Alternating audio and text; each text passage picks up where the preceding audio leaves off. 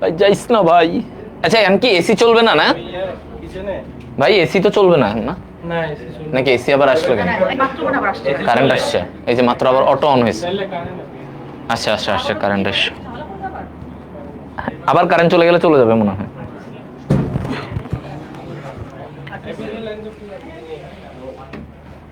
Hello everyone, sorry তোমাদের একটু সমস্যা হয়ে গেল।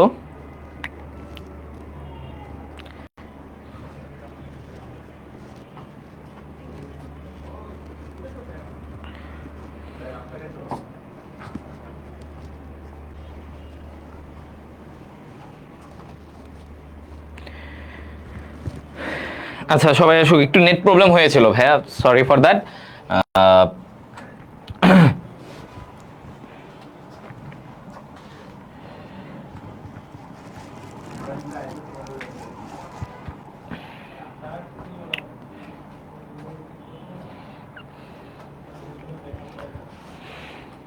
আচ্ছা সবাই আবার আসো।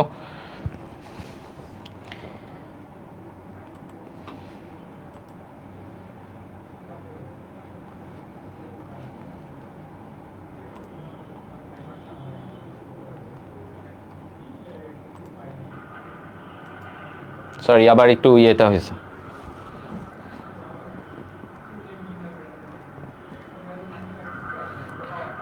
আহনাফ লাবিব, তুমি বলতেছো যে ভাইয়া টেনশনে আছি। কাইটিনের গঠন ভাইয়া যথেষ্ট বলে দিছি, কিছুই না ওইখানে নিয়ে বিস্তারিত কিছু না, জাস্ট ওর মনোমারটা কি, গ্লুকোসামিন, গ্লুকোসামিন জোড়া লাগে, কিভাবে জোড়া লাগে ওটা তোমাদের লাগেই না, এগুলো আসে না। গ্লুকোসামিনটা কি এটা বুঝছো, ওটা এখানে বুঝাইছি। আর আলফা ডি গ্লুকোজ বলতে কিছুই না, মানে ওই গ্লুকোজটা আলফা আলফা গ্লুকোজ, এবং ওইটাকে যদি তুমি রৈখিকভাবে দাও ওইটা ডি গ্লুকোজ, মানে ওইটাই রৈখিকভাবে ডি গ্লুকোজ আর রিং গঠনে আলফা, সো ওদের নাম হয়ে গেছে আলফা ডি গ্লুকোজ। একসাথে বলতেছে যে ওই গ্লুকোজটা alpha D glucose. Ahnaf Labib তোমার উত্তর দিয়ে দিছি, প্লিজ সেম কমেন্ট বারবার করো না। হ্যাঁ আহনাফ লাবিব আমি বলে দিছি তোমার কমেন্টের উত্তর। আচ্ছা বাকিরা আসুক, কোথায় গেল?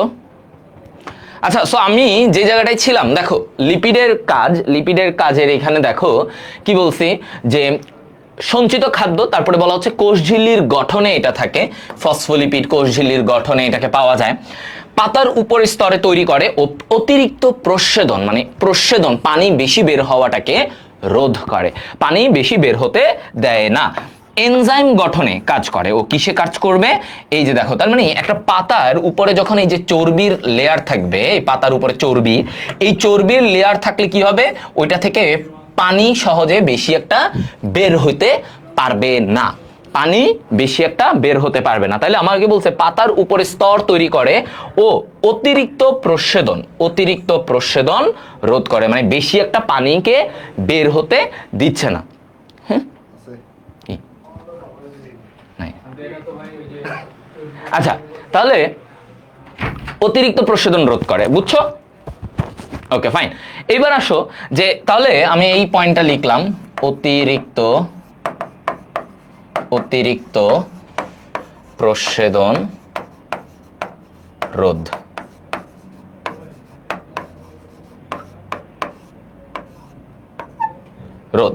আচ্ছা 4 নম্বরে আমরা বলতেছি এনজাইম গঠনে কাজ করে। তাহলে এই জিনিসটাই, এই লিপিড কিন্তু এনজাইমের সাথেও যুক্ত হতে পারে। আচ্ছা প্রস্বেদন প্রক্রিয়া কি? 9-10টা পড়েই আসিস না রে, জীবনটা নষ্ট করলি 9-10টা। হ্যাঁ জীবনটা নষ্ট করলি, প্রস্বেদন প্রক্রিয়া জানিস না। 9-10-এ বায়োলজিটারে একদম নষ্ট করে এসেছে না। প্রস্বেদন ছিল, প্রস্বেদন হচ্ছে পাতা দিয়ে পানি বের হওয়া, পাতা দিয়ে পানি যখন বাষ্প আকারে বের হয় সেটাকেই প্রস্বেদন বলে। ঠিক আছে, উদ্ভিদ থেকে পানি যখন বাষ্প আকারে বের হয় এটাকে বলা হয় প্রস্বেদন। আচ্ছা তো এই অতিরিক্ত প্রস্বেদন হতে দেয় না, মানে পানিটাকে বেশি বের হতে দেবে না, এই চর্বির লেয়ার পাতার উপরে থাকার কারণে, বুঝতে পারছো? এনজাইমের সাথেও থাকবে, এনজাইম গঠনের থাকবে, এবং ও এই চর্বি একই সাথে সালোক সংশ্লেষণেও ভূমিকা রাখে। সালোক সংশ্লেষণে ভূমিকা রাখে, সালোক সংশ্লেষণে ভূমিকা রাখে। ঠিক আছে, সালোক সংশ্লেষণে ভূমিকা রাখবে। আচ্ছা গেল। এইবার আমরা জানবো এই লিপিডের শ্রেণী বিভাগ নিয়ে। মূলত এই রাসায়নিক গঠন প্রকৃতি অনুসারে লিপিডকে 3 প্রকারে ভাগ করা হয়েছে। কয় প্রকারের? রাসায়নিক গঠনের দিক থেকে। তাহলে আমি একটু এই জিনিসটা একটু তোমাদেরকে লিখে বুঝাই। রাসায়নিক গঠন, ঠিক আছে, রাসায়নিক গঠনের ভিত্তিতে আমরা কয় ভাগে ভাগ করি, মানে গঠনে এটা কি বলছে, মানে ওকে ধরো ভাঙলে কি পাওয়া যাবে সেইটার ভিত্তিতে কি বলছে, যে এইটাকে ভাঙলে আমরা কি কি পাবো। 1 সরল লিপিড, 2 যৌগিক লিপিড, আর 3 উদ্ভূত লিপিড।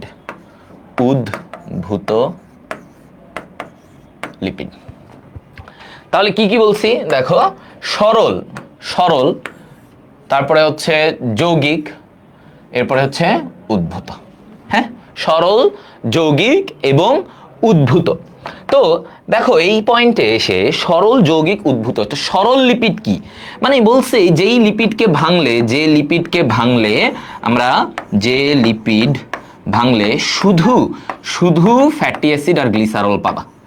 ভাঙলে শুধু ফ্যাটি অ্যাসিড প্লাস গ্লিসারল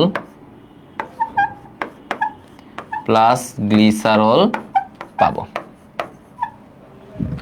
যে লিপিড ভাঙলে শুধু ফ্যাটি অ্যাসিড আর গ্লিসারল পাবো তাকে বলা হয় সরল লিপিড। তাকে কি বলা হয়? সরল লিপিড। আচ্ছা, যৌগিক লিপিডটা কি তাহলে ভাইয়া? যৌগিক লিপিডকে বলা হয় যে লিপিড ভাঙলে আমরা ফ্যাটি অ্যাসিড, গ্লিসারল এর বাইরে আরো কিছু জিনিস পাবো। হ্যাঁ, নন লিপিড, মানে লিপিড বাইরে, ধরো লিপিডের সাথে অন্য প্রোটিন আছে, শর্করা আছে, এগুলো আছে। তাহলে ধরো যাকে ভাঙলে লিপিড ও নন লিপিড বস্তু পাওয়া যাবে। লিপিড ও নন লিপিড মানে যে কোনো কিছু, অন্য যে কোনো কিছু, নন লিপিড বস্তু। ওকে, এইটাকে বলা হয় যৌগিক লিপিড। ওকে, যৌগিক লিপিড। আচ্ছা, এরপরে আসো উদ্ভূত লিপিড। কি বলছে উদ্ভূত? এই যে গত ক্লাসে যেমন আমরা পড়েছিলাম উদ্ভূত প্রোটিন মানে কি? উদ্ভূত প্রোটিন তার মানে ওই যে একটা প্রোটিনকে ভেঙে নতুন করে আরো কিছু প্রোটিন পাইলাম, মানে প্রোটিন থেকেই নতুন প্রোটিন পাইলাম, এটাকে বলে উদ্ভূত প্রোটিন। মানে এক প্রোটিন থেকে আরেকটা প্রোটিন পাইলাম। তো উদ্ভূত লিপিডও সেম। হ্যাঁ, লিপিড এভাবে সহজে যদি বলি, লিপিড ভেঙে আমি নতুন লিপিড যখন পাবো, নতুন লিপিড, এইটাকে বলা হয় কি?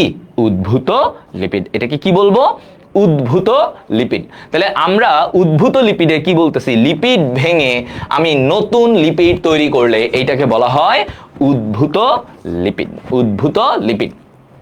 আচ্ছা, তাহলে বেসিক গঠনটা বুঝছো, মানে বেসিক শ্রেণীবিন্যাস, এবং এইটাই কিন্তু বেশি আসবে আমাদের আজকে পড়ার আলোচনা, এইটাই থাকবে এইগুলা নিয়ে বিস্তারিত। ঠিক আছে, সরল লিপিড, যৌগিক লিপিড, এগুলো নিয়ে ফাইন। ওটা তাহলে এখানে মোটামুটি একটা আইডিয়া দেখো, এই যে এই জায়গাগুলোতে, ঠিক আছে, এই জায়গাগুলোতে আমাদের মোটামুটি একটা কথা বলা হয়েছে যে সরল লিপিড হচ্ছে চর্বি, তেল, মোম, এগুলা। যৌগিক লিপিড দেখো ওদের নামের মধ্যেই আছে ফসফোলিপিড, দেখছো লিপিডের সাথে ফসফরিক অ্যাসিড, গ্লাইকোলিপিড শর্করা আছে, লিপিডের সাথে সালফার আছে। তাহলে এই কথাগুলা আমাকে বলছে। আর উদ্ভূত লিপিডের মধ্যে কি কি? স্টেরয়েড, টারপিন, রাবার, এগুলা নিয়ে এমসিকিউতে অনেক আসে, তো এগুলাও আমরা জেনে ফেলবো। ঠিক আছে, তাহলে এই গঠনগুলো এগুলো হচ্ছে বিভিন্ন। আর এইটা খুব একটা লাগে না, আণবিক গঠন মানে ওর আণবিক স্ট্রাকচারে অনুযায়ী স্ট্রাকচারে কি কি আছে, তো ওটা বলছে নিউট্রাল, ফসফো, গ্লাইকো, টারপিনয়েড, মোম। এটা এত আসে না, আসবে মূলত এইটা হচ্ছে ভাইয়া ইম্পর্টেন্ট। হ্যাঁ, যে সরল, যৌগিক, উদ্ভূত, ওইটার থেকে আর কি এগুলারে আরো কিছু ভাগে ভাগ করছে। এটা এত সিগনিফিকেন্ট কিছু না, একবার দেখে গেলেই হবে। আমার মেইন কনসার্ন আজকে এই তিনটা নিয়ে। ওকে, আমরা যাব ধীরে ধীরে। এবার আসি আমরা সরল লিপিড নিয়ে। তাহলে আমরা দেখো সরল লিপিডে কি বলছি? স্নেহ পদার্থ ছাড়া অন্য কিছু পাওয়া যায় না। মানে তুমি যেই লিপিডকে ভাঙলে আমরা শুধুমাত্র পাবো, মানে ফ্যাটি অ্যাসিড, গ্লিসারল এগুলো পাবো, অন্য কোনো কিছু পাবো না, তাকেই বলা হয় সরল। ভেরি সিম্পল, ভেরি সিম্পল, তাই না? আচ্ছা, তো এখন দেখো এই জায়গায় এই সরল লিপিডকে বলা হচ্ছে দুই প্রকার। এটা কয় প্রকার? দুই প্রকার, ঠিক আছে? সরল লিপিড কয় প্রকার? দুই প্রকার। একটা হচ্ছে স্নেহদ্রব্য, ঠিক আছে? কি বলতেছি? স্নেহদ্রব্য। আরেকটাকে বলা হয় কি? আরেকটাকে বলা হয় হচ্ছে ভাইয়া মোম। মোম, আমরা যে মোম ব্যবহার করি না, এটাও কিন্তু লিপিড। আচ্ছা, দুই প্রকার, স্নেহদ্রব্য, মোম। স্নেহদ্রব্য মানে আমরা যেটাকে লিপিড বলতেছি, নরমাল লিপিড, এই স্নেহদ্রব্য কি? এটা অলরেডি আমরা বলছি যে ভাই তিনটা ফ্যাটি অ্যাসিড, তিনটা ফ্যাটি অ্যাসিড প্লাস 1 গ্লিসারল, তিনটা ফ্যাটি অ্যাসিড প্লাস একটা গ্লিসারল, হ্যাঁ, একটা গ্লিসারল, এইটাকে বলা হয় হচ্ছে কি? স্নেহ দ্রব্য। আচ্ছা, এটা দুই রকম। এটা কয় রকম? দুই রকম। আচ্ছা, তো দুই রকমে এটা হচ্ছে চর্বি, চর্বি ফ্যাট, যে স্নেহদ্রব্য। দেখো এই স্নেহদ্রব্য দুই রকম, মানে কি? ওই যে চর্বি আর তেল, একটা কঠিন একটা তরল, দুই রকম না? আমরা তেল দেখি, তেল রান্নায় যে ব্যবহার হয়, এই তেল একরকম, আর তুমি এই যে বাটিতে দেখছো এই সাদা সাদা চর্বিগুলা, এই যে ধরো মাখন, মাখনের যে চর্বি, এই যে শক্ত, তাহলে এইটাকে একটু আলাদা নাম বলি আমরা। আচ্ছা, তো চর্বির ক্ষেত্রে কি বলা হয়? চর্বি, চর্বিতে কি পাওয়া যাবে বলো? চর্বি, আমি যখন বলবো চর্বির কথা, তখন আমার দুইটা টার্ম, দুইটা শব্দ মাথায় আসবে। এক, চর্বিটা কেমন হবে? কঠিন, কঠিন প্লাস এইখানে যে ফ্যাটি অ্যাসিডটা থাকবে সেটা কি? সম্পৃক্ত ফ্যাটি অ্যাসিড। তাহলে ও কঠিন, চর্বি মানে এখানে কঠিন প্লাস সম্পৃক্ত, সম্পৃক্ত ফ্যাটি অ্যাসিড থাকবে, সম্পৃক্ত ফ্যাটি অ্যাসিড, ঠিক আছে? এন্ড তুমি বলতে পারো সম্পৃক্ত ফ্যাটি অ্যাসিড মানে কি ভাই? ভাইয়া মানে কি সম্পৃক্ত ফ্যাটি অ্যাসিডের মানে কি?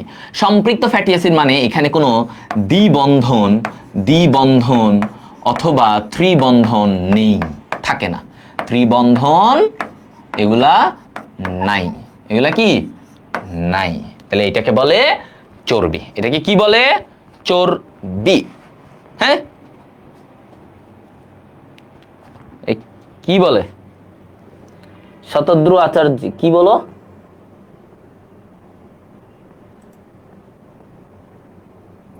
আচ্ছা, ফার্স্ট পেপার সেকেন্ড পেপারের মধ্যে তোমার এক্সাম, ফার্স্ট পেপারের মধ্যে কি বলবেন? তোমার কলেজে কি পড়াইছে এগুলা তোমার কলেজে, মানে এইচএসসি হইলে আমি বলতাম, কলেজের এক্সামে এক এক কলেজ এক এক স্যার বলবে এইটা ইম্পর্টেন্ট, আমি এন থেকে প্রশ্ন নেবো, ওগুলো তোমার স্যারকে জিজ্ঞাসা করবা। তাও তুমি যদি ভালো করে একটু নাম্বার তুলতে চাও, কয়েকটা যেমন কোষ বিভাজন থেকে একটা শিওর আসবে, অণুজীব থেকে তুমি লাইটিক চক্র, এরপরে T2 ব্যাকটেরিওফাজ, এরপরে ধরো ব্যাকটেরিয়ার গঠন, ব্যাকটেরিয়ার জনন, ব্যাকটেরিয়ার উপকারিতা অপকারিতা, এগুলা দেখে যাও। আর কোষ রসায়নতে ভাইয়া ওইটা বলছি এই চ্যাপ্টারে, গ্লুকোজ শর্করার গঠনগুলা, গ্লুকোজ, স্টার্চ, সেলুলোজ, এগুলোর গঠনগুলো আসতে পারে, প্রোটিনের গঠনটা আসতে পারে এগুলা। আর হচ্ছে কোষের গঠন, ওই চ্যাপ্টার থেকে ডিএনএ, ক্রোমোজোম, মাইটোকন্ড্রিয়া, ক্লোরোপ্লাস্ট, এই টপিকগুলো পড়ে যাবা, এগুলাই কমন। মানে এরপরে তোমার স্যার কি বলে এগুলো আরো বিস্তারিত এখানে দেখবা। আচ্ছা, কোষের গঠনে যেমন ফ্লুইড মোজাইক মডেলও আসে, বুঝছো? মাইটোকন্ড্রিয়া, ক্লোরোপ্লাস্ট এগুলো খুব কমন অঙ্গাণু, এগুলো থেকে প্রশ্ন দেয়। ডিএনএ, এরপরে ক্রোমোজোম, এগুলোর গঠন আসে, বিস্তারিত আসে। আর প্রক্রিয়ার মধ্যে রেপ্লিকেশনটা আসে, ট্রান্সক্রিপশন ট্রান্সলেশন ওভাবে দেয় না সহজে এগুলা। আচ্ছা, এবার আসো, চর্বি গেল, তেল। তাহলে তেলে, তেল কি? তাহলে তেল তরল, তরল তেল, তেল তরল, তাহলে তরল প্লাস এইখানে অ্যামিনো ফ্যাটি অ্যাসিডটা কেমন হবে? অসম্পৃক্ত। এখানে কেমন? অসম্পৃক্ত, অসম্পৃক্ত ফ্যাটি অ্যাসিড, অসম্পৃক্ত ফ্যাটি অ্যাসিড।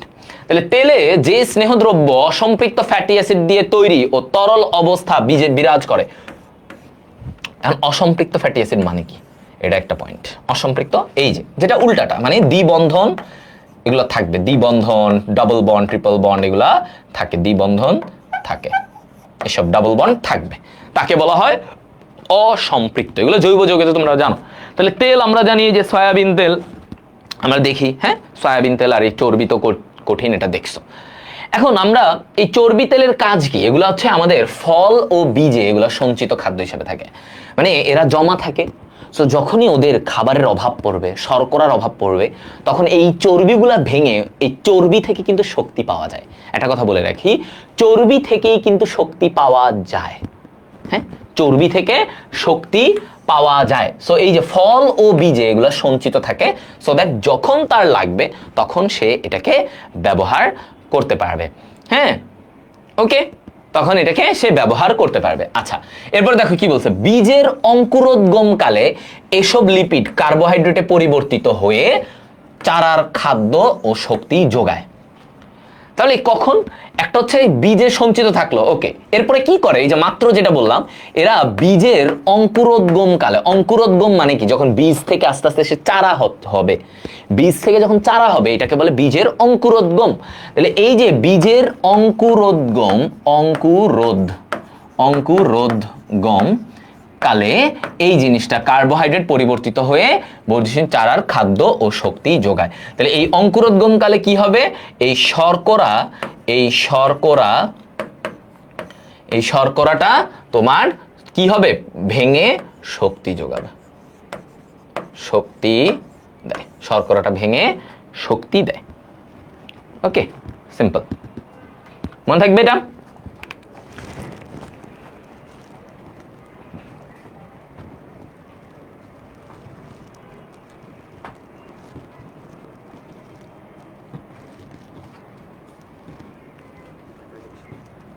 হ্যাঁ দিয়ে দিব তোটা, বেরোয়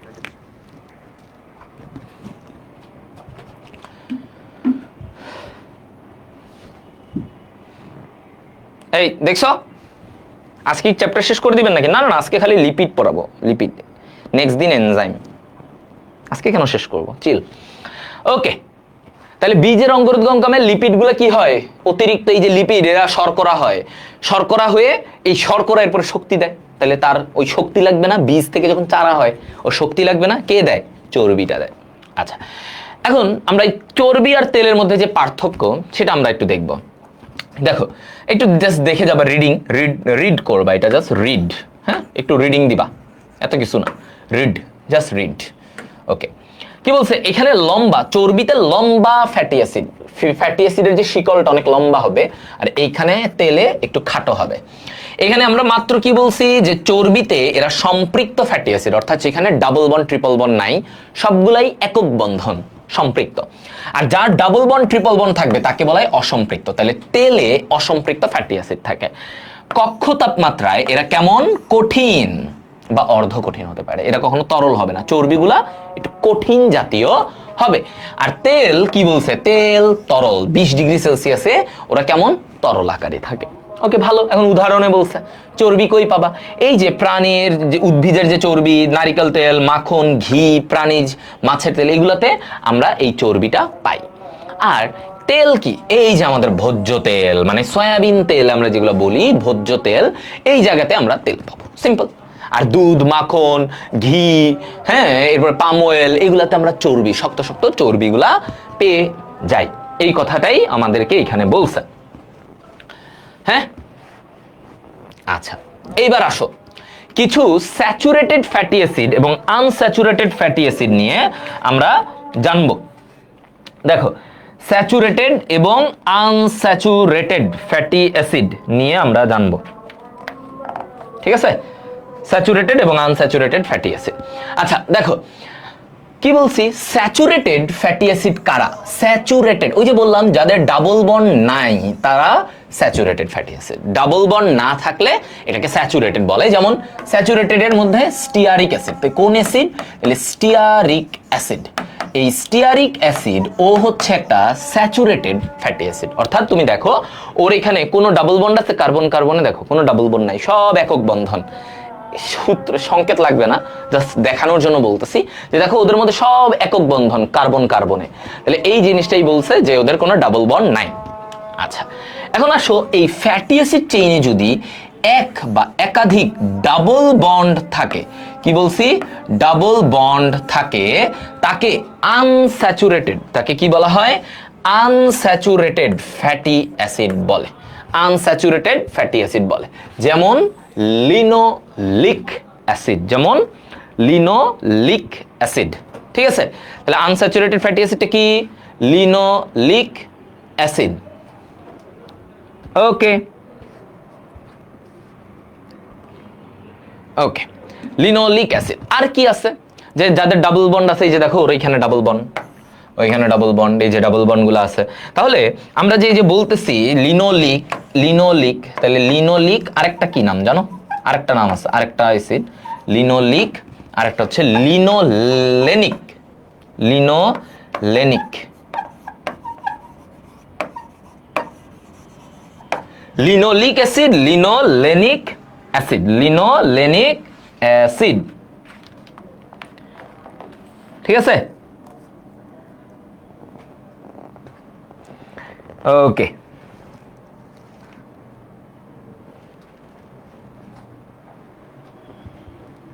হ্যাঁ,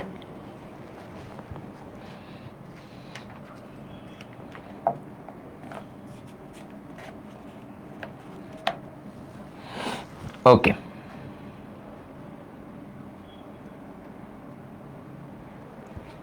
দেখো বলো কোনো সমস্যা আছে?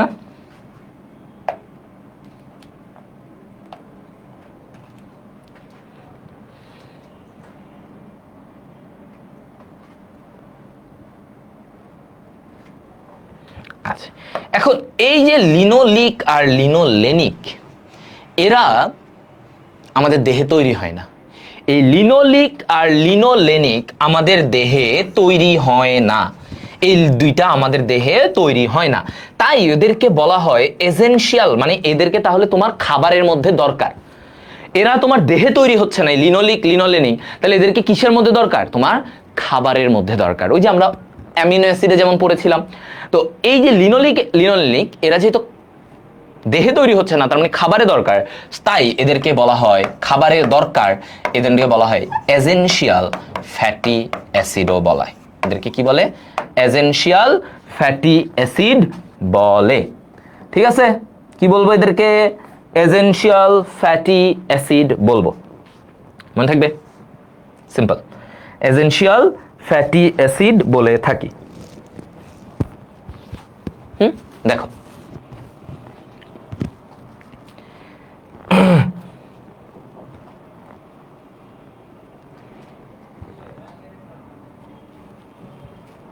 হ্যাঁ, আচ্ছা, ক্লিয়ার সবাই, ওকে গুড। এইবার আসো আমাদের কি বলছি এই জায়গাটাতে, সিজ এবং ট্রান্স ফ্যাটি অ্যাসিড। ফ্যাটি অ্যাসিডের দুটি কার্বন অ্যাটমের মধ্যকার ডাবল বন্ডের হাইড্রোজেন একই দিকে থাকলে, এটা জৈব যৌগে তোমরা পড়বা, মানে দেখো একই দিকে যদি ডাবল বন্ডের একই দিকে যদি হাইড্রোজেন দুইটা থাকে, দেখছো একই দিকে, মানে ধরো এটা হচ্ছে যে ডাবল বন্ড থাকে না, ডাবল বন্ড, এখন ওর এই দিকে যদি, এই যে ধরো একই দিকে যদি হাইড্রোজেন দুইটা এইভাবে থাকে, তাহলে এটাকে বলে সিজ, সিজ মানে একই দিকে, ঠিক আছে। আর যদি ডাবল বন্ডের দুটি হাইড্রোজেন বন্ড উল্টো দিকে থাকে, তাহলে এটাকে বলা হয় ট্রান্স। তাহলে এই যে দেখো এইটাতে যে ডাবল বন্ডের এই যে এরকম ডাবল বন্ড, এইখানে ধরো হাইড্রোজেনটা উপরে, এইটাতে হাইড্রোজেনটা নিচে, তাহলে একটাতে উপরে একটাতে নিচে এরকম যদি হয় এটাকে বলে ট্রান্স। আর যদি একই দিকে হয় এই ফ্যাটি অ্যাসিডকে তখন আমরা বলবো সিজ ফ্যাটি অ্যাসিড। জাস্ট এই গঠনটা মানে হালকা এই তথ্যটা তোমাদেরকে দেওয়া আছে যে সিজ ফ্যাটি অ্যাসিড এবং ট্রান্স ফ্যাটি অ্যাসিড জিনিসটা কি। ট্রান্স ফ্যাটি অ্যাসিডে আমার দুইটা বিপরীত দিকে থাকবে ট্রান্স, ট্রান্স দুই দিকে, হ্যাঁ ট্রান্স আমরা বলি ট্রান, সিজ একই দিকে, সিজ মানেই কি একই দিকে, দেখো দুইটা হাইড্রোজেন, এটাকে সিজ ফ্যাটি অ্যাসিড বলে, বুঝছো। তাহলে ফ্যাটি অ্যাসিডের মধ্যে এই ব্যাপারগুলো আছে। আচ্ছা, তারপরে ফ্যাটি অ্যাসিডের এখন দেখো একটা কথা বলছে, ভালো একটা ইম্পর্টেন্ট তথ্য, জাস্ট জেনে রাখো। ফ্যাটি অ্যাসিডের শেষ CH3 এর পর ধরো 3 নং কার্বনে যদি ডাবল বন্ড থাকলে তা হলো ওমেগা 3, এটা কি বলে তখন ওমেগা 3 ফ্যাটি অ্যাসিড। আবার ধরো 6 নং কার্বনে যদি ডাবল বন্ড থাকে তাহলেও ওমেগা 6। তার মানে 6টা কি বোঝায়? কার্বন সংখ্যা, কত নাম্বার কার্বনে ডাবল বন্ডটা আছে, কত নাম্বার কার্বনে ডাবল বন্ডটা আছে সেইটা তোমার এইখানে বোঝানো হচ্ছে, বুঝতে পারছো? আর কিছুই না। হ্যাঁ, এই কথাটাই তোমাদেরকে এখানে বলছে। ওকে, তাহলে ওমেগা 3 ওমেগা 6 এটার মানে কি যে বললাম। তাহলে এটা শেষ, আমি একটু তোমাদেরকে প্র্যাকটিক্যালি বুঝাই। হ্যাঁ, প্র্যাকটিক্যালি দেখো, একে বুঝাই। ধরো এইভাবে করে গঠন তো থাকে, একটা ফ্যাটি অ্যাসিড আমি আঁকি।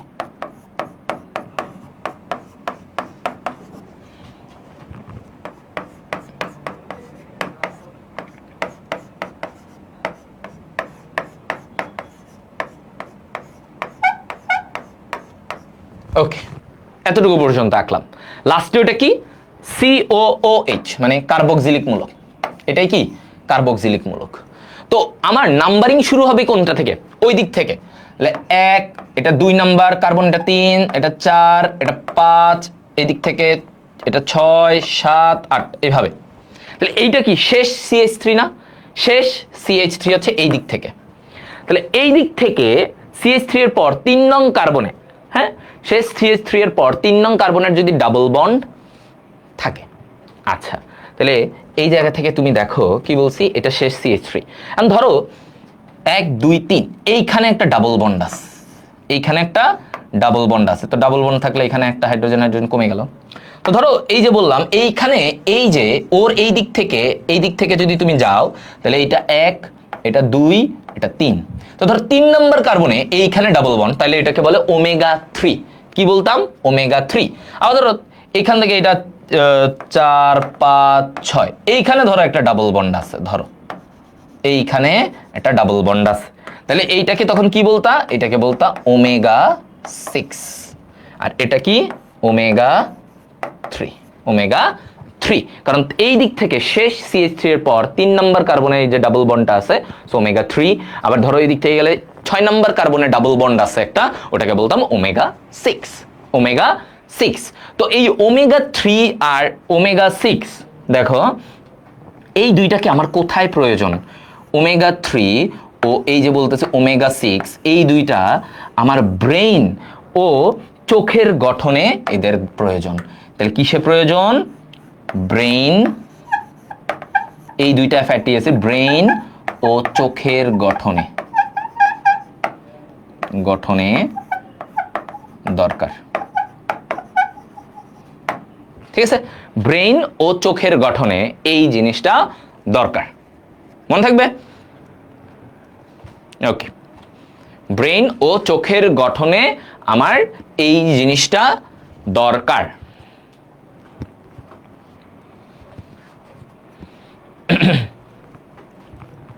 ইজ ইট ক্লিয়ার ভাইয়া? দেখো তো, তাহলে আমার শেষ CH3 এইটা থেকে আমার 3 নাম্বার কার্বনে যদি আমার থাকে, তাহলে ওটাকে বল ডাবল বন্ড থাকে, তাহলে ওটা ওমেগা 3। যদি 6 নাম্বার কার্বনে গিয়ে থাকে ওমেগা 6 বলে ওটাকে। হ্যাঁ, ডাবল বন্ডটা কত নাম্বার কার্বনে এখান থেকে।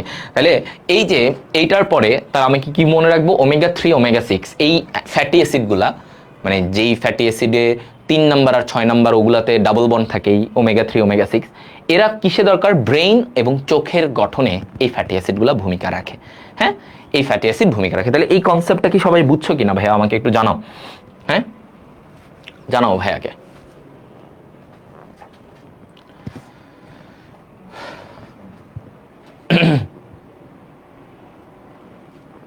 তাহলে আমাদের লিপিডের ব্যাপারটা আমরা একটা মোটামুটি আইডিয়া পেয়ে যাব। আচ্ছা, সবাই বুঝে গেছো? মাশাআল্লাহ মাশাআল্লাহ মাশাআল্লাহ, মারহাবা মারহাবা।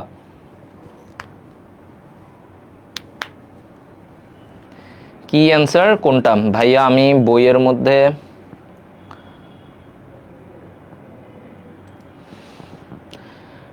লাগাই আর ইম্পর্টেন্ট গুলি লিখে বইয়ের মধ্যে লাগাই দেই। নোট করতে হবে ভাইয়া ইম্পর্টেন্ট গুলো লিখে বইয়ের মধ্যে? না, বাট নোট করলে প্র্যাকটিস হবে আর কি। ইচ্ছা তোমার না করলেও হবে, বাট নোট করলে ওই যে থাকে না, লিখতে লিখতে প্র্যাকটিস হয়ে যায়, তখন অটোমেটিক তার মাথায় এটা ঢুকে যায়। বুঝছো, মানে যে স্ট্রাকচারগুলো স্পেশালি নোট করবা, মানে যেগুলো ভাইয়া লিখে স্ট্রাকচার, যেগুলো তথ্য আছে সেগুলো বইয়ে দাগায় নিলে ওকে, বাট যেগুলো স্ট্রাকচার, যেগুলো ভাইয়া বলতেছি যে এটা এইভাবে লিখতে হবে, এইভাবে বুঝে পড়তে হবে, ওগুলো একটু বুঝার যে জায়গাগুলা, ধরো আমি এখন বললাম যে এর উদাহরণ এটা উদাহরণ, এটা তুমি দাগায় রাখলেও হবে, বাট যে জায়গাটা আমি বুঝাই দিচ্ছি যে এটা কেন, কি হইলো, এটা কি বুঝাচ্ছে, ওই জায়গাগুলো একটু লিখার ট্রাই করলে ভালো, বুঝছো? Okay fine. এবার তাহলে আমরা মোম নিয়ে কথা বলবো। মোম, তাহলে মোমে কি বলছে দেখো, মোম হচ্ছে ফ্যাট, একটু ডিফারেন্ট। এতক্ষণ আমরা পড়তেছিলাম ফ্যাটি অ্যাসিডের সাথে একটা গ্লিসারলের, তাই না? আর এখানে বলছে দেখো ফ্যাটি অ্যাসিড যদি ট্রাইহাইড্রিক অ্যালকোহলের পরিবর্তে একটা মনোহাইড্রিক, মানে যেখানে একটা হাইড্রক্সিল, যেমন আমরা গ্লিসারলে কি পড়েছি, এখানে 3টা হাইড্রক্সিল মূলক ছিল। কয়টা ছিল? 3টা হাইড্রক্সিল। তো আমি যদি মোমের ক্ষেত্রে একটু ডিফারেন্ট, মোমের ক্ষেত্রে ডিফারেন্ট, এখানে বলছে ফ্যাটি অ্যাসিডের সাথে মনোহাইড্রিক অ্যালকোহল, তার মানে এখানে একটা হাইড্রক্সিল মূলক থাকবে, একটি হাইড্রক্সিল মূলক থাকে, এটা বলছে, ঠিক আছে? এই এখন আসো কাজ, তাহলে আমরা যখন কাজের কথা বলবো, কাজে কি বলছে, মোম কি কাজ করে? মোম দিয়ে মোমবাতি বানাই, হ্যাঁ, মোম কোষ প্রাচীর গঠনে, উদ্ভিদের কোষ প্রাচীর গঠনে এবং উদ্ভিদের উপরিতলে প্রতিরোধক হিসেবে থাকে। মানে মোমের আবরণ থাকলে কি হবে, উদ্ভিদের এখান থেকে পানি বের হইতে পারবে না, অতিরিক্ত পানি বের হইতে পারবে না, কম বের হবে। তাহলে মোমটা হচ্ছে একটা লেয়ারের মতো কাজ করে উদ্ভিদের উপরে, এ কারণে বলছে প্রতিরোধক। তার মানে কাকে প্রতিরোধ করে? এই যে অতিরিক্ত পানি যে বের হবে, এটা বেশি বের হতে দিবে না, কম কম কম কম করে বের হবে, এই জন্য উপরে একটা লেয়ারের মতো থাকে, এই মোমটা একটা লেয়ারের মতো থাকে, এই কথাটা বলছে। কোষ প্রাচীর আমরা জানি উদ্ভিদের একটা প্রাচীর থাকে, ওই প্রাচীরে মোম পাবা, মোম আছে, এবং মোম দিয়ে আমরা মোমবাতি বানাই, এটা তো একদম ভাইয়া দুধ ভাত, তাই না? হ্যাঁ, আচ্ছা এবার আসো, তাহলে আমরা কাজটা ভাইয়া এটা একদম ইজি, এটা নিয়ে মুখস্থ করার কিছু নেই, আমাকে খালি ওটা মনে রাখতে হবে যে মোমে গ্লিসারল না, ট্রাইহাইড্রিক অ্যালকোহল না, মনোহাইড্রিক অ্যালকোহল পরানো হচ্ছে। আচ্ছা এখন তুমি দেখো এই জায়গাতে কি বলছে, যৌগিক লিপিড। অলরেডি আমি তোমাকে পড়াইছি যৌগিক লিপিড কি ছিল বলো তো, এই যৌগিক লিপিড কি ছিল বলো? বলছে সরল লিপিডের সাথে নন লিপিড যে কোনো কিছু, এটা হইতে পারে জৈব অথবা অজৈব, হ্যাঁ, জৈব অথবা অজৈব মিশ্রণে যৌগিক লিপিড। অর্থাৎ আমি যদি বলি একটা সরল লিপিড, যখন সরল লিপিড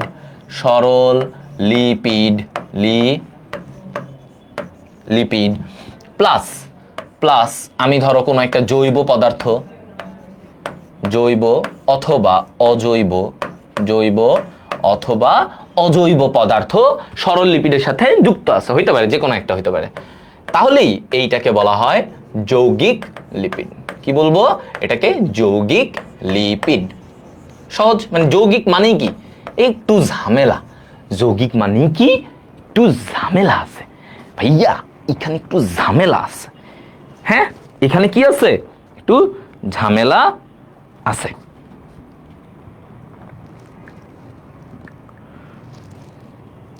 ওকে,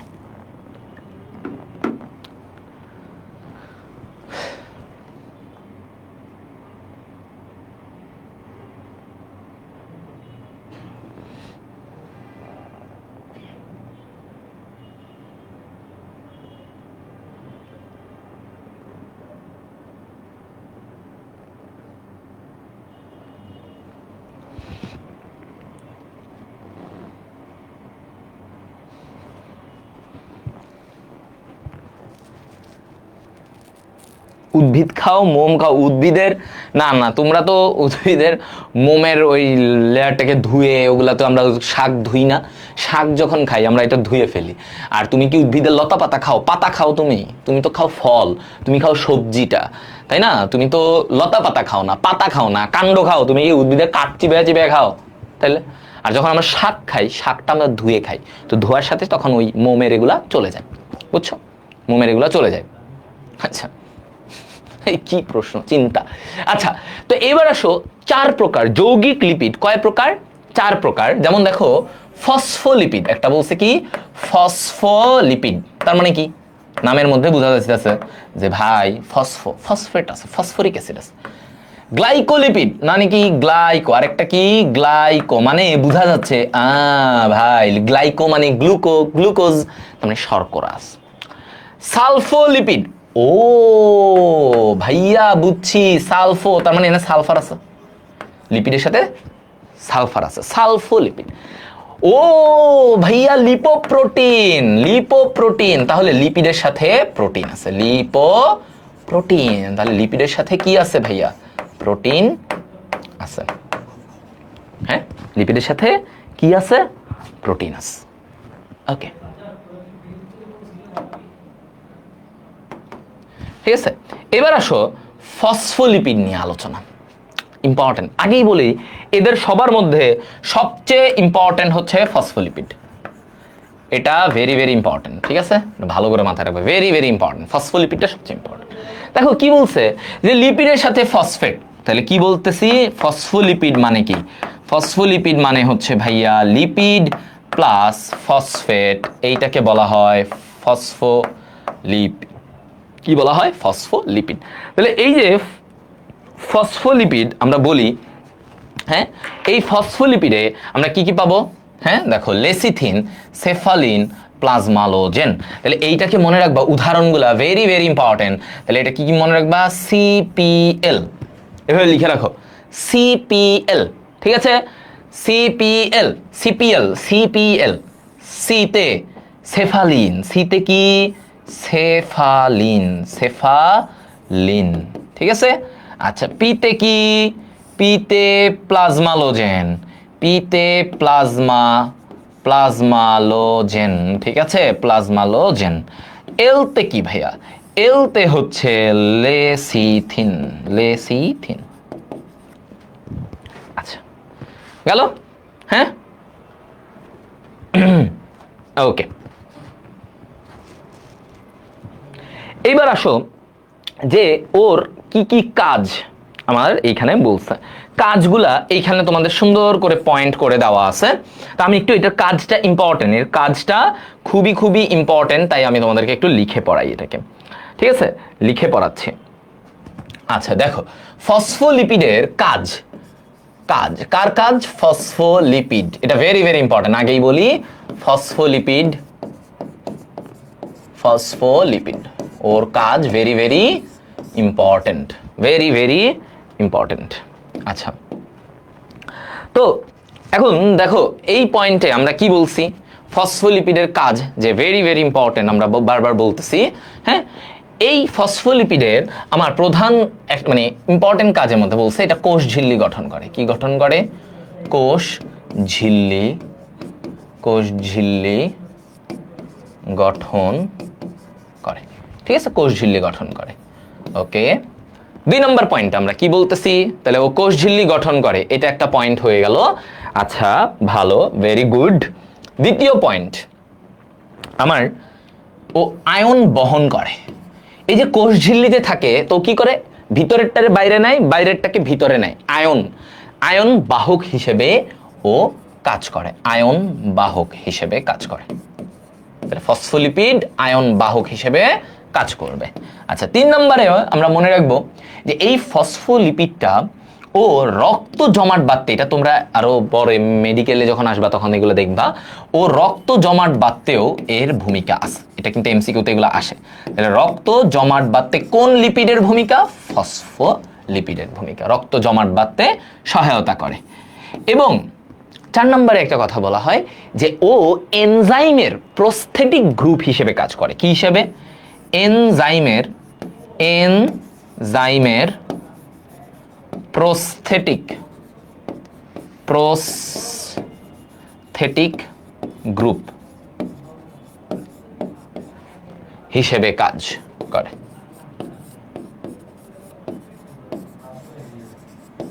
ঠিক আছে, এনজাইমের প্রস্থেটিক গ্রুপ হিসেবে ও কাজ করে। এই প্রস্থেটিক গ্রুপ, এখন তুমি বললে ভাই এনজাইমের প্রস্থেটিক গ্রুপ আবার কি? এটা বুঝাতে গেলে এখন তো তোমাদের এনজাইমের টপিকটা তো পরে, ওটা তো পরে পড়বা। আচ্ছা, প্রস্থেটিক গ্রুপটা আমি একটু বলে দিই সংক্ষেপে তোমাদেরকে। এটার মানে হচ্ছে এনজাইমের অপ্রোটিন অংশকে বলা হয়, এনজাইমের ভিতরে প্রোটিন থাকে নরমালি আমরা জানি, এই প্রোটিনের বাইরেও কিছু অপ্রোটিন অংশ থাকে, তাহলে এনজাইমের অপ্রোটিন অংশকে বলা হয় প্রস্থেটিক গ্রুপ। এনজাইমের অপ্রোটিন অংশকে বলে প্রস্থেটিক গ্রুপ কি? এনজাইম একটা প্রোটিন, ওর সাথে কিছু অপ্রোটিন অংশ থাকে, সেটাকে বলা হয় প্রস্থেটিক গ্রুপ। তো ফসফোলিপিড সেই প্রস্থেটিক গ্রুপ হিসেবে কাজ করে। মানে এনজাইমের সাথে ধরো একটা লিপিড আছে, তাহলে এটা কি? এনজাইম প্রোটিন, আর এই ফসফোলিপিড যুক্ত হইলো, তাহলে এই ফসফোলিপিড কি? একটা অপ্রোটিন অংশ। তাহলে এই এনজাইমের সাথে যে অপ্রোটিন অংশ হিসেবে থাকে ফসফোলিপিড, এজন্য বলা হচ্ছে ভাইয়া এনজাইমের প্রস্থেটিক গ্রুপ হিসেবে ও কাজ করে। বুঝে গেল? হ্যাঁ, এনজাইমের সাথে ওর একটা লেনদেন আছে।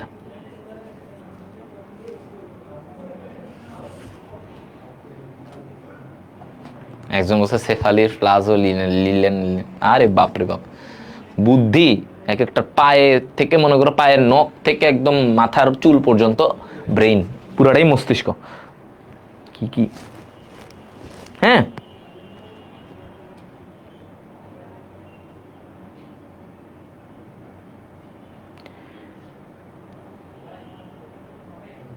ওকে ঘোষ সজীব, থ্যাংক ইউ, ওর কমন পড়ছে ভালো।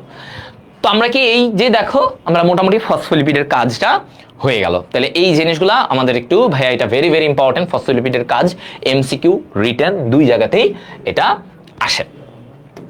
আচ্ছা, এবার আমরা যাব গ্লাইকোলিপিড। কি দেখো, গ্লাইকোলিপিড মানে কি? শর্করা। গ্লাইকোলিপিড মানে কি? লিপিডের সাথে শর্করা থাকলে সেটাকে আমরা বলি গ্লাইকোলিপিড। তাহলে সরল লিপিডের সাথে যখন শর্করা থাকে এটাকে গ্লাইকোলিপিড বলে। আচ্ছা, যেমন এটা কই পাওয়া যাবে? সূর্যমুখী, তুলার বীজে। যে দেখো, তুলার বীজ, সূর্যমুখীর বীজ, হ্যাঁ, এই যে সূর্যমুখীর বীজ, তুলার বীজ, এগুলোতে এই গ্লাইকোলিপিড পাওয়া যায়। তাহলে ওরা কি করবে? ওই যে শর্করা সাপ্লাই দিবে, শর্করা দিয়ে পুষ্টি দিবে ওগুলা। তাহলে তোমাকে যদি বলে গ্লাইকোলিপিড কই পাওয়া যাবে? সূর্যমুখী এবং তুলা ও তুলার বীজ, তুলার বীজ এগুলাতে পাবো।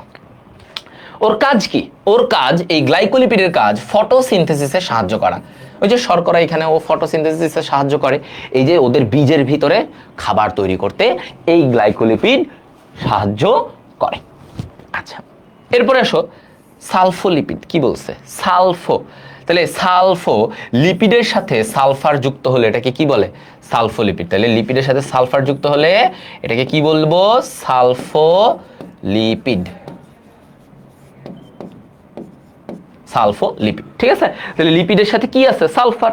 ওকে, লিপিডের সাথে যদি প্রোটিন যুক্ত হয় তাহলে এটাকে কি বলবো? লিপিডের সাথে প্রোটিন, তাহলে লিপোপ্রোটিন। Simple, lipoprotein. এগুলাই দেখছো, এগুলো তেমন কিছু না, এগুলো জাস্ট একটু দেখে নিবা। এখানে তেমন এই জিনিসগুলা আমরি, এগুলো হচ্ছে কোষের গঠনে সাহায্য করে। লিপোপ্রোটিন কোষীয় গঠনে, যে ঝিল্লি, কোষ ঝিল্লি, সেখানেও লিপোপ্রোটিন থাকে। লিপোপ্রোটিন মানে লিপিড প্লাস প্রোটিন, এটাকে বলে লিপোপ্রোটিন। হ্যাঁ, আচ্ছা, এখন আসো লিপিড প্রোফাইল বলে একটা কথা আছে। কি বলে? Lipid profile. লিপিড প্রোফাইল, রক্তে কোলেস্টেরল ও চর্বির মাত্রা দেখতে লিপিড প্রোফাইল পরীক্ষাটি করা হয়। লিপিড প্রোফাইল পরীক্ষায় টোটাল কোলেস্টেরল কি কি দেখি? এলডিএল, এইচডিএল, ট্রাইগ্লিসারাইডের মাত্রা।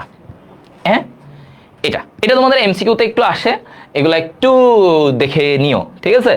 একটু দেখে নিও, বইও আছে, একটু রিডিং এমসিকিউ জন্য। এটা কি, এই ছকটা এমসিকিউ এর জন্য একটু দেখে নিতে পারো, ঠিক আছে? এমসিকিউ এর জন্য তোমরা যেটা দেখবা, স্বাভাবিক মাত্রাটা ভালো করে দেখবা। তোমরা এইটা পড়বা, তাহলে স্বাভাবিক মাত্রা, এলডিএল, এগুলো হচ্ছে সব বিভিন্ন ধরনের যে তোমার আমরা কোলেস্টেরলের বিভিন্ন পরীক্ষা করি।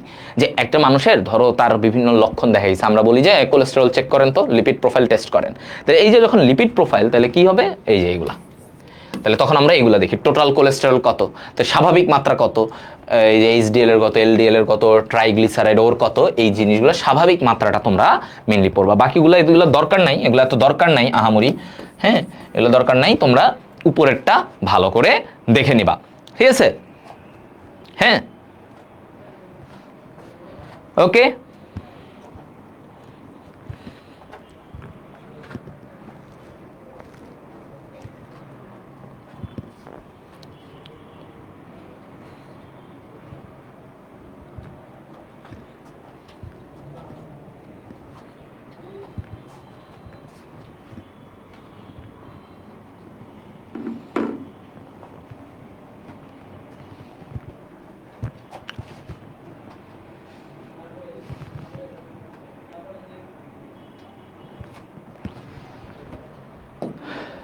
এইবার আসি উদ্ভূত লিপিড নিয়ে, আমাদের লাস্ট টপিক আজকে। হ্যাঁ, উদ্ভূত লিপিড মানে কি বলছে, যেসব যৌগ আইসোপ্রিন এককের পলিমার দিয়ে গঠিত। এখন ঝামেলাটা এইখানে ভাই, আইসোপ্রিন একক কি আবার?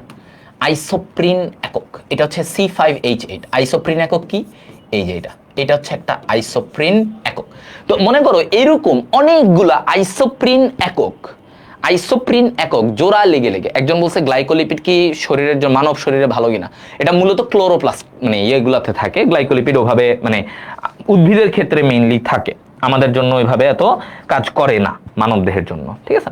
আচ্ছা, তো আমি যেটা বলতেছি উদ্ভূত লিপিড কি, মানে ধরো একটা বড় লিপিড, এই যে যৌগিক লিপিডের আর্দ্র বিশ্লেষণের ফলে যেটা, মানে একটা লিপিডতে ওটারে ভেঙে আমি আরেকটা লিপিড পাইলাম, এটাকে বলে উদ্ভূত লিপিড। আচ্ছা, তো এটাতে উদ্ভূত লিপিডে কি থাকে, এই আইসোপ্রিন এককের পলিমার, মনে করো এইটা একটা একক C5H8, এরকম আরেকটা C5H8, হ্যাঁ আরেকটা এরকম আরো। এই যে পলিমার মানে কি, অনেকগুলা একক একসাথে মিলে একটা পলিমার। তো এইরকম এককগুলা পলিমার হয়ে আমার এই জিনিসটা তৈরি করে, ঠিক আছে? এই জিনিসটা বলতেছে। আচ্ছা, তো এখন আমরা এই জায়গা থেকে কিছু তথ্য জানবো, কিছু ব্যাপার নিয়ে, এগুলা নিয়ে আলোচনা করব। দেখো, আচ্ছা কই গেল, এখানে টার্পিনয়েড 3, এটা লাগবে, এটা কিছু না, এটা লাগবে না। এখন দেখো স্টেরয়েড নিয়ে আমরা প্রথমেই, স্টেরয়েড এটা একটা উদ্ভূত লিপিড। স্টেরয়েড নাম শুনছো? স্টেরয়েড বল, আরে স্টেরয়েড এইটা দাও, স্টেরয়েড নাও, ওই নাও, এইগুলা বলে, হ্যাঁ? আচ্ছা, তো এখন এই স্টেরয়েডের এইখানে দেখো, স্টেরয়েড আমরা যখন বলি স্টেরয়েডের কথা নিয়ে যখন আমাদের আসে, স্টেরয়েড এটা কি, 4টি ভিন্নতর কার্বন রিং এর শির দ্বারা এবং তাতে কার্বনের পার্শ্ব শিকল নিয়ে গঠিত হলো স্টেরয়েড। মানে এটাতে বড় কার্বনের শিকল থাকে, কয়টা? 4টি ভিন্ন কার্বন রিং, তাহলে স্টেরয়েড। আচ্ছা ভালো, এটা নিয়ে তোমার এত মাথা ব্যথা নাই যে ভাই এনে কেমন গঠন, ওর স্ট্রাকচারটা দেখি, এগুলো নিয়ে আসে না। স্টেরয়েডের স্ট্রাকচারে তোমার দিবে না, এটা আমাদের মেডিকেলও আসে না। আচ্ছা, 4টি ভিন্নতর কার্বন রিং, মানে অনেক কার্বনের চারটা রিং হয়ে কমপ্লেক্স একটা গঠন স্টেরয়েড। আচ্ছা, এবং তাতে পার্শ্ব শিকল নিয়ে কিছু সাইডে থাকে, এগুলো নিয়ে গঠিত। এখন কথা হচ্ছে স্টেরয়েডে যদি হাইড্রক্সিল থাকলে, হাইড্রক্সিল এইটা থাকলে ওইটারে আমরা আর স্টেরয়েড বলি না, তখন ওটারে কি বলি? স্টেরল। ওটাকে কি বলা হয়? স্টেরল। এটাকে কি বলবো?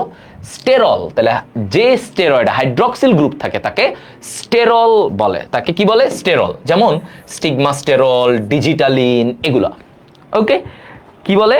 এই যে এই জিনিসগুলাকে বলা হয়, ঠিক আছে? এই জিনিসগুলাকে বলা হয়।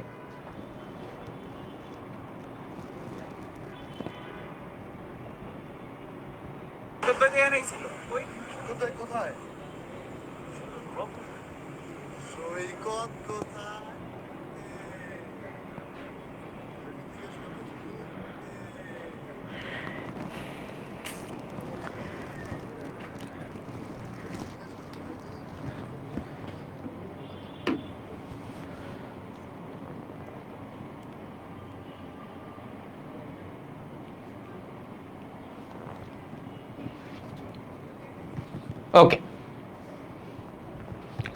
এবার আসো, এই যে কোলেস্টেরল, এই কোলেস্টেরলের এটা এক ধরনের স্টেরল, মানে ওই যে হাইড্রক্সিল আছে, হাইড্রক্সিল আছে।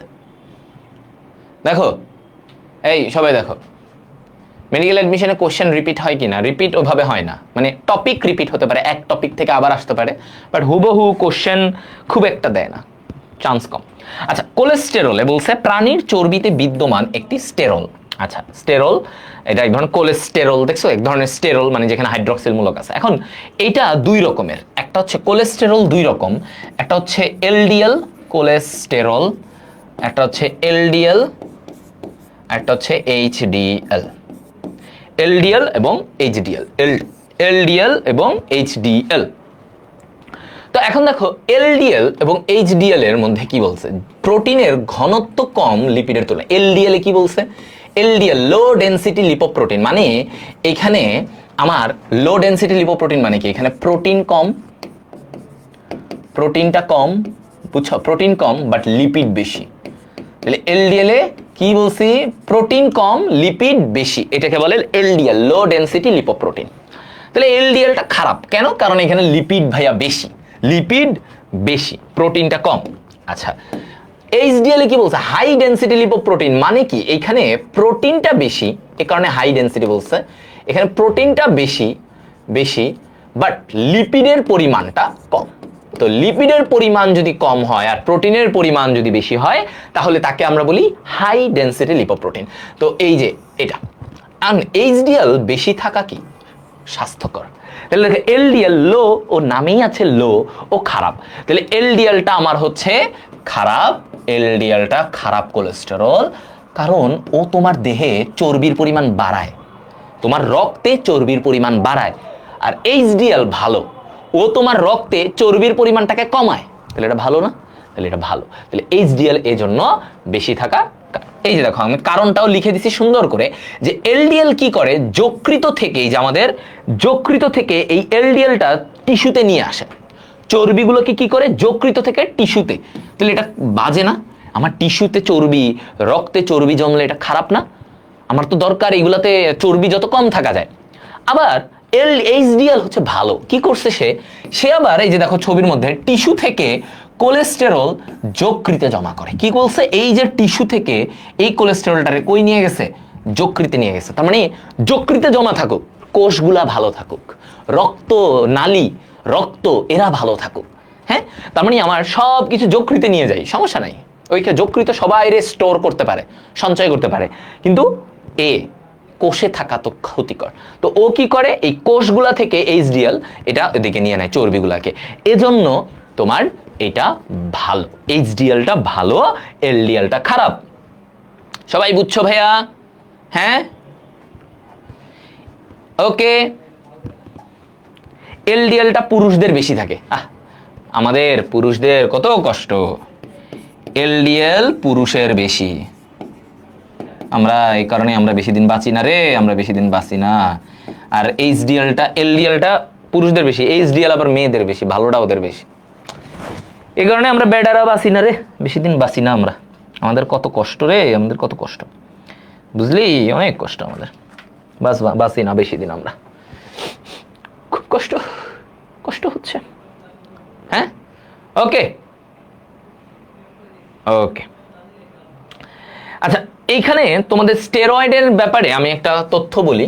স্টেরয়েডের মধ্যে আমাদের দুইটা যে উপাদান আছে, যেমন এই যে ডিজিটালিন, এটা একটা স্টেরয়েড। তাহলে এই ডিজিটালিন আমরা হৃৎপিণ্ডের চিকিৎসায় ব্যবহার করি। কিসে ব্যবহার করি বলতো? হৃৎপিণ্ডের চিকিৎসায়, হৃৎপিণ্ডের চিকিৎসায় আমরা ওকে ব্যবহার করি, হৃৎপিণ্ডের চিকিৎসায়। আর আর্গেস্টেরল একটা আছে, আর্গেস্টেরল, এটা কি, এটা কই পাওয়া যায়? এটা হচ্ছে নিউরোস্পোরা এবং ইস্টে পাওয়া যায়, নিউরোস্পোরা ইস্টে এই আর্গেস্টেরল পাওয়া যায়, ও ইস্টে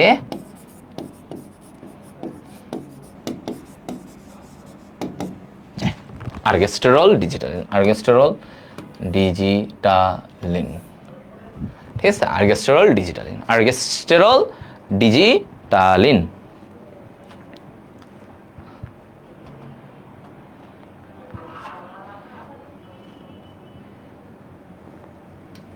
ওকে, দেখছো? তাহলে এই তথ্যটা একটু মাথায় রাখবা। ডিজিটালিন যে স্টেরয়েড, এটা আমরা হৃৎপিণ্ডের চিকিৎসায় ব্যবহার করি। আর্গেস্টেরলটা কই পাওয়া যায়? নিউরোস্পোরা, ইস্ট, এগুলো ছত্রাক, এদের মধ্যে আমার আর্গেস্টেরল এই স্টেরয়েডটা পাওয়া যায়, এমসিকিউতে এগুলো আসে।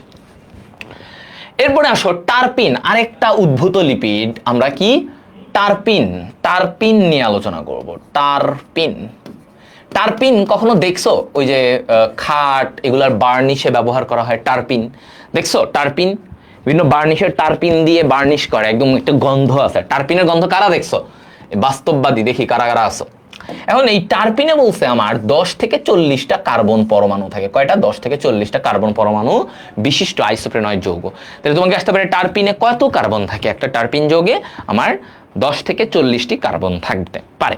ঠিক আছে, কয়টা? 10 থেকে 40টা কার্বন পরমাণু থাকতে পারে। আচ্ছা, তো এর সাধারণ সংকেত এগুলো গেল, এটা লাগবে না। মূলত টারপিনটা পাওয়া যায় কোথায়? পুদিনা তুলসীতে এই টারপিন পাওয়া যায়। দেখছো কিনা সবাই? টারপিন একটা লিকুইড তরল, হ্যাঁ? তাহলে এই পুদিনা, তোমাকে আসতে পারে পুদিনা তুলসীতে কি পাওয়া যায়, বা টারপিনটা কোথায় পাওয়া যায়? পুদিনা তুলসী, পুদিনা তুলসী, পুতুলে টারপিন পাওয়া যায়। পুতুল মানে পুদিনা তুলসী, পুতুল, পুতুলে পাবো। হ্যাঁ, কেরোসিনের মতো অনেকটা। Yes yes, good. ওটা দিয়ে বার্নিশ করে, খাট বা ফার্নিচার এগুলোকে, কাঠের জিনিসপত্রগুলোকে বার্নিশ করা হয়। ওকে, গুড, ভেরি গুড, তোমরা দেখছো। তাহলে এই জিনিসটা দেখো, এই যে আমরা বলছি সুগন্ধি প্রসাধনী এবং বার্নিশের কাজে এটার ব্যবহৃত হয়। একটু সুগন্ধি থাকে এটা, মানে একটু সুগন্ধি, আমার কাছে সুগন্ধ লাগে নাই, খুব একটা ভালো গন্ধ লাগে না। এই হোক, এই জিনিসটা, হ্যাঁ, টারপিনস দেখেছো, যে অনেকে দেখছে, কয়েকজনই বলছে। তাহলে এই জিনিসটা, এবং এটা দেখো বলছে বার্নিশের কাজেও এদেরকে প্রয়োজন হয়। আচ্ছা, এবার আসি আমরা রাবার। রাবার, এই যে রাবার আমরা ব্যবহার করি না, এটা মুসি রাবার, টায়ারে রাবার, বিভিন্ন জায়গায় আমরা রাবার দেখি। এই রাবার কতগুলো একক? 3000 থেকে 6000 আইসোপ্রিন একক। 3000 থেকে 6000 আইসোপ্রিন, এটা একটু দেখবা। রাবারের যে গাছটা থেকে রাবার পাওয়া যায়, এটা বৈজ্ঞানিক নামটা দেখো, হেভিয়া ব্রাজিলিয়ানসিস। তাহলে রাবারের বৈজ্ঞানিক নাম কি? রাবার গাছ, গাছ থেকে কষ পাওয়া যায়, ওই কষটাকে শক্ত করে আমরা এই যে রাবার এগুলো বানাই। তারপরে টায়ার, গাড়ির এগুলা টায়ার বানানো হয়, তাই না? তাহলে রাবার দিয়ে একটা মানে মূল যে কাজটা করা হয়, এই যে দেখো আমার এইসব গাড়ির টায়ার বানানোর জন্য আমরা রাবারকে ব্যবহার করি। হ্যাঁ, ওকে, গুড। এই যে তোমরা জানো অনেক কিছু টারপিন নিয়ে। তাহলে রাবারে আমরা কি পড়বো ভাইয়া? রাবারের গাছের বৈজ্ঞানিক নামটা পড়বো হেভিয়া ব্রাজিলিয়ানসিস। হেভিয়া ব্রাজিলিয়ানসিস, এটার কাজটা টায়ার বানানোর জন্য। ওকে, এবার আরো কিছু ভিন্ন ধর্মী লিপিড। এবার আমরা, মানে এতক্ষণ আমরা দেখলাম ওই যে রাবার, টারপিন, স্টেরয়েড, এগুলো আমরা দেখলাম যে ভাইয়া এগুলা হচ্ছে উদ্ভূত লিপিড, উদ্ভূত লিপিড। এখন আমরা একটু ভিন্ন কিছু লিপিড, মানে এগুলার বাইরে কিছু আলাদা কিছু লিপিড পাওয়া যায়, হ্যাঁ, যাদের মধ্যে লিপিডের বৈশিষ্ট্য আছে। যেমন একটা হচ্ছে ক্যারোটিনয়েড। কি বলা হচ্ছে? ক্যারোটিনয়েড। দেখো, ক্যারোটিনয়েড, ক্যারোটিনয়েড কি? আলোক শোষণকারী রঞ্জক। ক্যারোটিনয়েড কি বলতো? আলোক শোষণকারী, আলোক শোষণকারী রঞ্জক, আলোক শোষণকারী রঞ্জক, আলোটাকে শোষণ করে। এবং কি বলছে ও, দেখো, বিটা ক্যারোটিন ভেঙে 2 অণু ভিটামিন এ তৈরি করে, যা থেকে পরে রডোপসিন তৈরি হয়। তাহলে আমরা এই যে বিভিন্ন গাজর, ডিমের কুসুম, লাল শাক, এগুলাতে কি পাওয়া যায়? এগুলাতে পাওয়া যায় বিটা ক্যারোটিন। কি পাওয়া যায়? Beta carotene. মনে রাখো, এই গাজর এগুলাতে বিটা ক্যারোটিন পরবর্তীতে ভেঙে 2 অণু ভিটামিন এ তৈরি করে। বিটা ক্যারোটিন থেকে কি পাবা? 2 অণু ভিটামিন এ। আচ্ছা, এই ভিটামিন গুলো তারপরে কি করবে? ওদের থেকে রডোপসিন পাওয়া যায়, একটা রঞ্জক। তোমার চোখে, চোখে কি থাকে? রডোপসিন থাকে। এই রডোপসিনটা পরে তোমার মৃদু আলোতে দেখতে সহায়তা করে, মৃদু আলোতে দেখতে সাহায্য করে,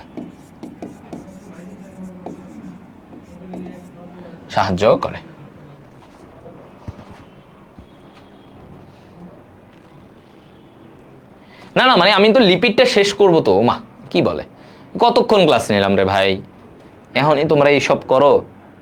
হ্যাঁ, টোটাল মনে হয় 1.5 ঘন্টা হয় নাই, মানে হবে আর কি, 1.5 ঘন্টার মতো হবে একটু পরে। তাহলে 1.5 ঘন্টার একটা ক্লাস হবে না? তাহলে কেমনে শেষ করব? এত তোমাদের যদি বাই চান্স ফুল সিলেবাস দেয় তখন কি হবে একবার চিন্তা করছো? হ্যাঁ, তোমাদের যদি একবার ফুল সিলেবাস দিয়ে দেয় তখন কি হবে? পিগমেন্ট মানে রঞ্জক, কালারফুল।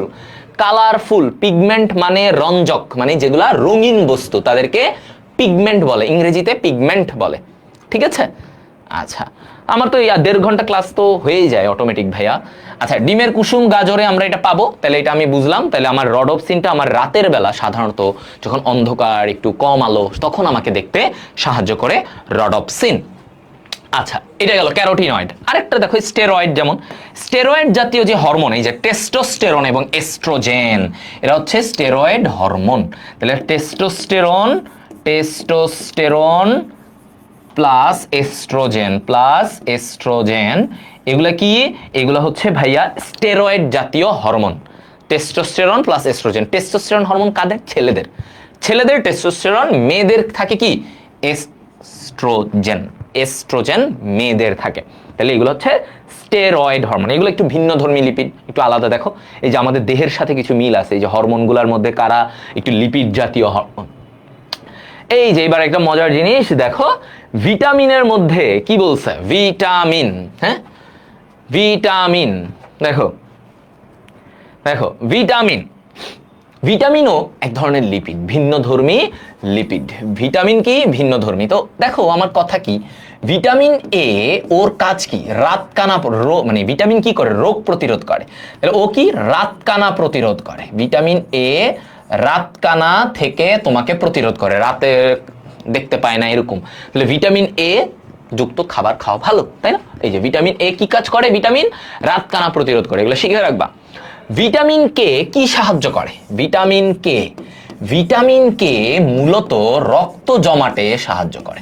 তাহলে ভিটামিন কে কি করে? রক্ত জমাটের জন্য কাজ করে। রক্ত জমাট, রক্তটাকে জমাট বাঁধতে সাহায্য করে।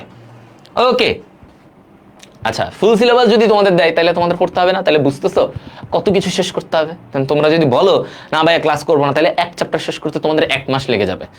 আস্তে পড়ান, কম পড়ান, তাহলে এক চ্যাপ্টার শেষ করতে 1 মাস লাগবে। তাহলে তুমি এত চ্যাপ্টার কিভাবে শেষ করবা বলো? ওকে, তাহলে এটা আমাদের হয়ে গেল।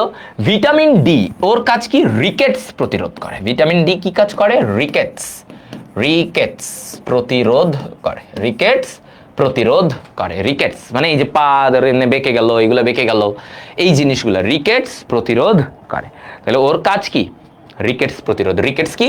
এই যে বেঁকে যায়, পা বেঁকে যায়, হাত এরকম, এগুলো হাড্ডিগুলো একটু বেঁকে যায়। তাহলে ভিটামিন ডি এর অভাবে রিকেটস হয়, বাচ্চাদের রিকেটস হয়। বুঝতে পারছো? এই যে দেখো এখানে ছবিটাতে স্বাভাবিক পা, আর যখন রিকেটস হয় দেখো এগুলো বেঁকে গেছে, দেখছো পাটা বেঁকে গেছে। তাহলে এটা হচ্ছে ওর ক্ষেত্রে বলা হয়। আচ্ছা, ভিটামিন ডি কেন রিকেটস হবে? কেন মানে পা বেঁকে যাবে কেন? কারণ ভিটামিন ডি যদি না থাকে তাহলে তোমার ক্যালসিয়াম শোষণ হয় না, দেহের মধ্যে ক্যালসিয়াম শোষণ হয় না ভিটামিন ডি এর অভাবে। তখন ক্যালসিয়াম যদি না থাকে, আমরা জানি ক্যালসিয়াম আমাদের হাড্ডিগুলোকে মজবুত করে। এখন তোমার যদি ক্যালসিয়াম কমে যায় তাহলে হাড্ডিগুলো কি দুর্বল হয়ে যাবে, তখন ওরা একটুতেই বেঁকে যাবে। দুর্বল হয়ে গেলে কি হবে? বেঁকে যাবে। সো এই জিনিসটা হয়।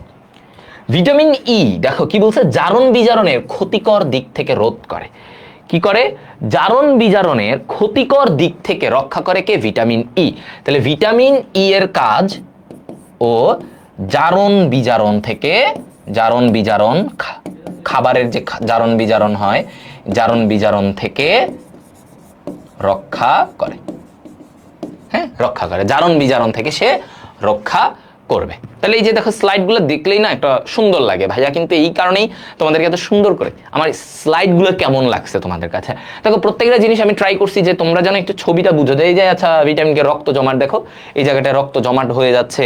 রাতকানা, যেমন স্বাভাবিক অবস্থায় রাতকানায় সে তার এই অবস্থা, রডোপসিন নাই, তখন তার দেখতে কষ্ট হবে। রিকেটসে দেখো এই যে স্বাভাবিক রিকেটস, রিকেটসে দেখো পাটা কেমন হয়ে গেছে। তাহলে এগুলো তোমাদের বুঝতে সাহায্য করে স্লাইডগুলো। ঠিক আছে, স্লাইডগুলো তোমাদেরকে অনেক হেল্প করবে। তোমরা যখন নোট পড়বা, যখন স্লাইডের নোটটা পড়ে যাবা, তখন তুমি দেখবা এমনিই তোমার জন্য জিনিসটা ইজি। জীবদেহে লিপিডের ভূমিকা, দ্য লাস্ট স্লাইড। দেখো লাস্ট পয়েন্ট আমাদের লিপিডের কি বলছে, এগুলা নোট করার কিছু নাই, এটা এমনি পড়লেই বুঝবা, পড়লেই বুঝবা। দেখো ভাইয়া, ও জীবদেহে খাদ্য হিসেবে জমা থাকে। চর্বি আমাদের খাদ্য হিসেবে জমা থাকে, যখনই লাগবে তখনই সে শক্তি তৈরি করবে, যখনই লাগবে তখনই শক্তি তৈরি করবে। ওকে, ঠিক আছে।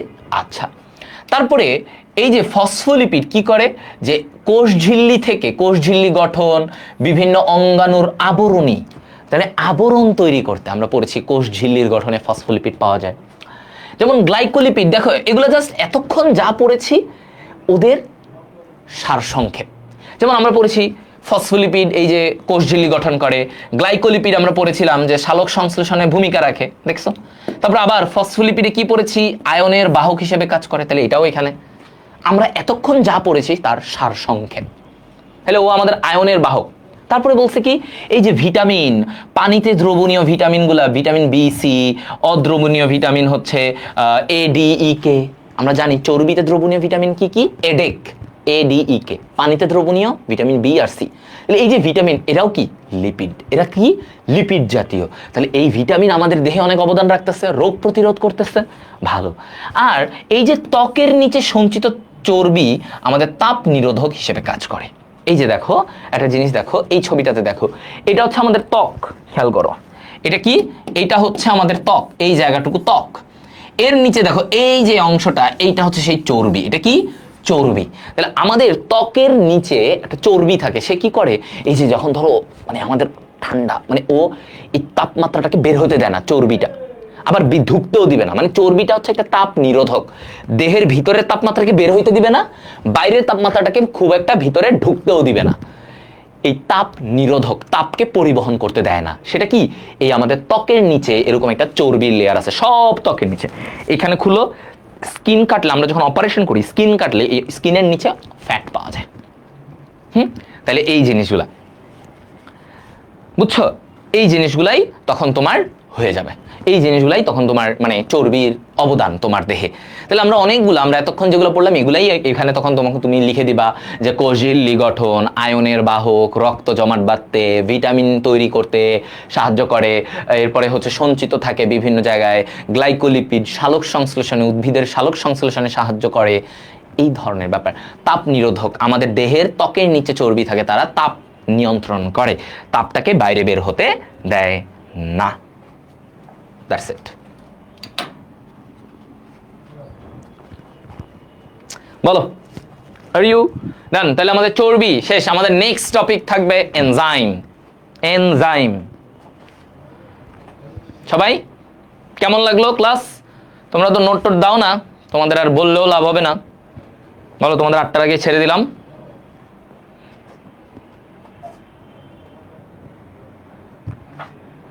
অল ক্লিয়ার ভাইয়া? ওকে, তাহলে আমরা দেখতে দেখতে কিন্তু চ্যাপ্টারের অনেকটা শেষের দিকে চলে আসছি, দেখছো? চ্যাপ্টারের শেষের দিকে চলে আসছি আমরা, কিন্তু চ্যাপ্টারের শেষের দিকে। সো হয়ে যাবে।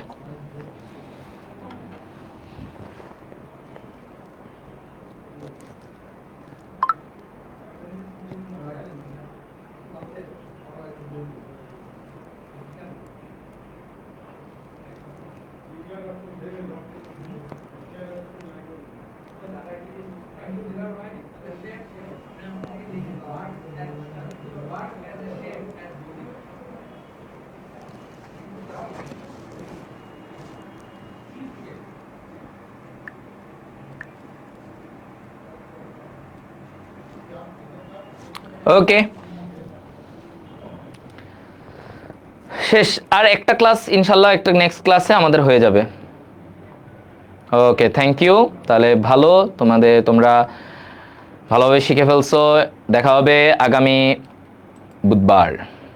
টিল দেন ভালো থাকো, সুস্থ থাকো।